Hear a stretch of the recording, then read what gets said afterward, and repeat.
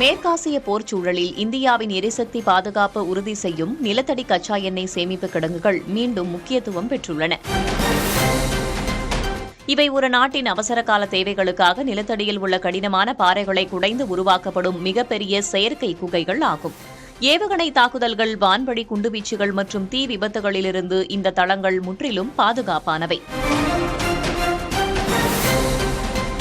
சர்வதேச சந்தையில் கச்சா எண்ணெய் விலை குறைவாக இருக்கும்போது இவை நிரப்பப்படுகின்றன.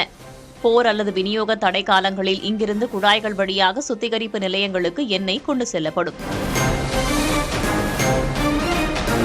தற்போது இந்தியாவில் ஆந்திர மாநிலம் விசாகப்பட்டினம், கர்நாடக மாநிலத்தில் மங்களூரு மற்றும் பாடூர் என்று 3 இடங்களில் இந்த நிலத்தடி சேமிப்பு தளங்கள் செயல்பட்டு வருகின்றன. இச்சேமிப்பு தளங்களில் 5.3 மில்லியன் டன் எண்ணெயை சேமிக்க முடியும். இது சுமார் 9 நாட்களுக்கு நாட்டின் முழு தேவையையும் பூர்த்தி செய்யும். விநியோக தடையால் மக்கள் மத்தியில் ஏற்படும் பதற்றத்தை தவிர்க்கவும், அத்தியாவசிய தேவைகளுக்கான எரிபொருள் விலையை கட்டுக்குள் வைக்கவும் இந்த நிலத்தடி கிடங்குகள் முக்கிய அரணாக உள்ளன.